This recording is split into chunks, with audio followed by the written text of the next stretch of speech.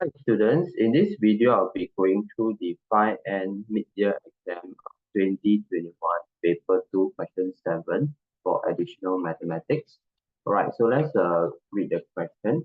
So in A part 1, we are told that tangent square x over 1 plus secant square x equals to 2/3, where x is an angle between 180 and 270. So they want us to show that tangent 2x equals to 2. Right, so for this question, if you look at the original equation that's given to us, there's nothing much else that we can do except to cross multiply, right? Okay, so that's basically what we want to do. So we'll cross multiply straight away. So 3 tangent square x will be equals to 2 plus 2 secant square x.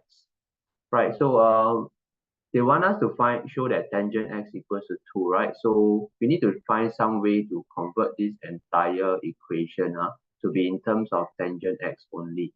So you should recall that there's this identity, right? That 1 plus tangent square x is equals to secant square x, right? So we can make use of this identity to replace the secant square x with 1 plus tangent square x. Then the entire equation will then be in terms of tangent x only. Right, so let's go ahead and do that. Okay, so in other words, you need to be familiar with the identities, right? Okay, so we'll replace secant square with 1 plus tangent square x, right? So 1 plus tangent square x. Okay, then let's expand the right side. So you get 2 plus 2 plus 2 tangent square x. Okay, so we'll bring the 2 tangent square x to the left side. So that will leave us with tangent square x. Okay, 3 tangent square minus 2 tangent square okay, equals to 4. Okay, so from here to get tangent x, we'll just square root both sides. But if you square root, you will get two answers. So either you get tangent x equals to 2 or tangent x equals to minus 2. Okay, but why do they not include the minus 2? Okay, you need to observe the range for x. Okay, since x is between 180 and 270, that means x is inside the third quadrant, right? So in the third quadrant, tangent should be positive A, S, T, C.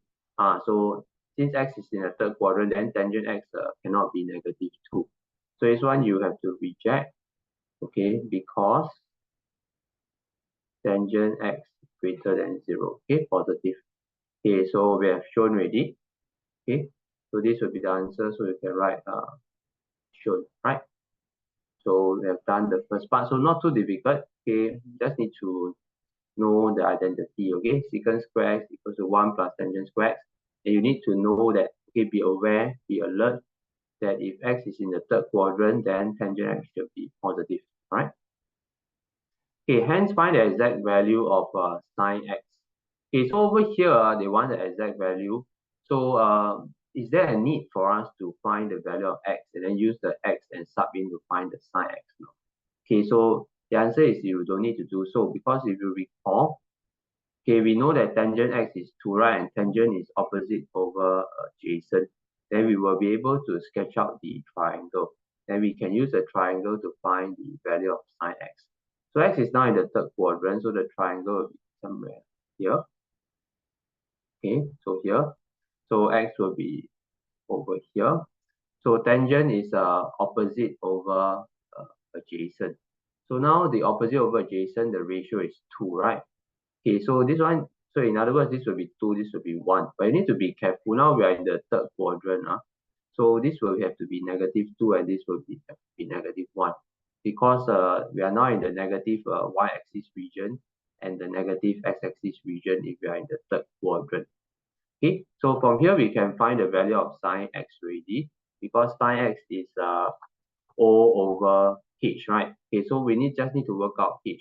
So you can just use Pythagoras theorem to work this out and you should be able to get square root 5. Okay, so anyway, you can find h by doing this. So negative 2 squared plus negative 1 squared. So you get square root 5. Okay. Okay, so you can just write down the value of sine x. Sine x will be O over h. So now O will be down here and h will be over here. So will be negative 2 over square root 5. Okay, so all we need to do is rationalize it now. Okay, so rationalize, we'll get negative 2 square root 5, and square root 5 times square root 5 will be 5. So this will be the answer already. Okay. Okay, so this is how you do a question such as this. Right. Okay, let's move on to part B of the question. Right, so part B is a trigo identity question. We're asked to prove that cotangent A plus B equals to cotangent A times cotangent B minus 1 over cotangent A plus cotangent B. Okay, so over here on the left side, you have the addition formula, and on the right side, you have another expression. So whenever you have a side whereby there's an addition of angles, right, you always want to start from the side because it's easier for you to apply the addition formula to open this up than to try to combine something back into the addition, the form whereby the angles are added together. All right. So for this question, we will need to start from the left hand side. So start from cotangent A plus B. All right. So cotangent A plus B is 1 over tangent A plus B, right? Okay, because we are familiar with, we know the addition formula for tangent, but there's no addition formula for cotangent, but cotangent is actually just 1 over tangent, right? Okay, so that's what we can do.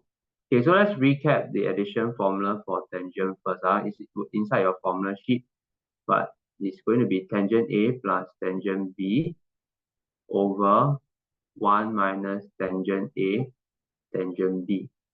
Okay, but now we are doing 1 over this. So what we need to do is we will need to inverse this, right? Because 1 over this will be something like that. Over 1 minus tangent A tangent B. Okay, so we're going to flip it over. Okay, so it will be like that. Okay, so you can actually do all this side at working at the side. Okay, so it doesn't make your working too long. All right. Okay, so 1 over tangent A plus B will be like this. So we can just write this down. 1 minus tangent A tangent B over tangent A plus tangent B.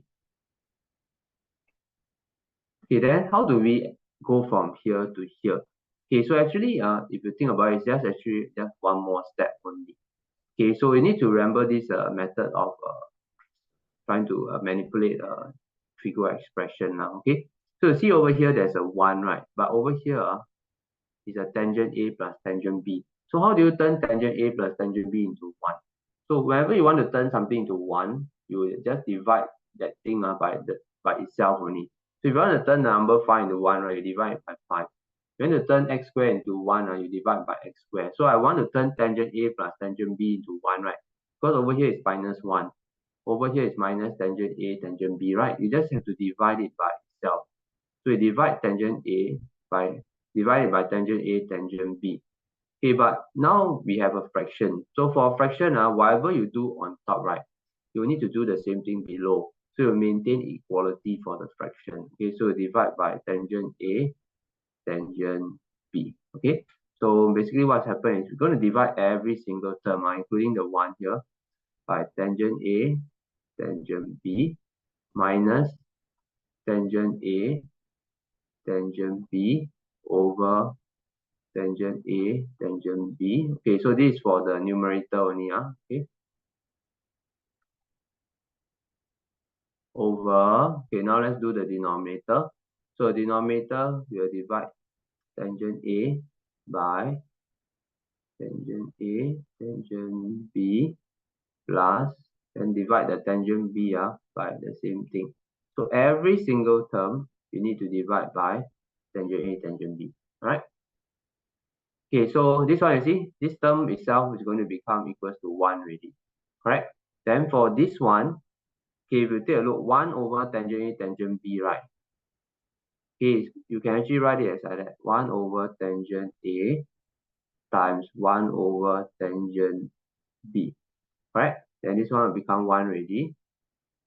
Okay, then this one, tangent A will cancel off. So you're just left with 1 over tangent B plus, okay, this one tangent B will cancel off, 1 over tangent A. then from here you see 1 over tangent A will be cotangent A.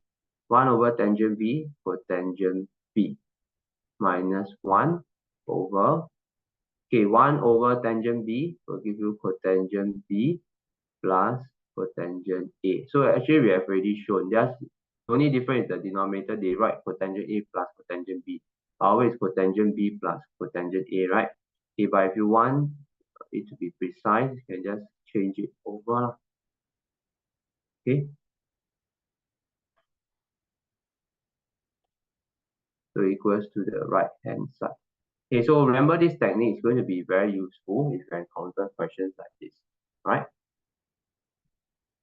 Okay, so do watch this part again if you are still not sure. Okay, try to understand this technique and then apply it when necessary. Okay. Okay, let's move on to the next part. Okay, so hence find the exact value of this one. Okay, so for this question, remember just now we have shown that from part 1, right, cotangent A plus B equals to cotangent A, cotangent B minus 1 over cotangent A plus cotangent B. Okay, if you compare this one with this one, they are exactly the same, right? Just that now A has been replaced with 43 and B has been replaced with 17. Okay, so B is 17, right? Okay, so now we can sub these two inside here, and then we can convert it to the form that's on the left-hand side of the equation. Okay, so this one will actually be equals to cotangent 43 plus 17 degrees. Okay, which will give us cotangent 60 degrees. And we know that 60 is a special angle, so this will be 1 over tangent 60. Okay, so tangent 60 is square root 3, right? Okay, so 1 over square root 3.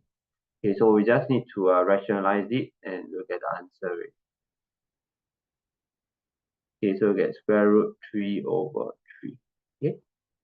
Okay, so for part 2, you need to make use of your answer from part 1.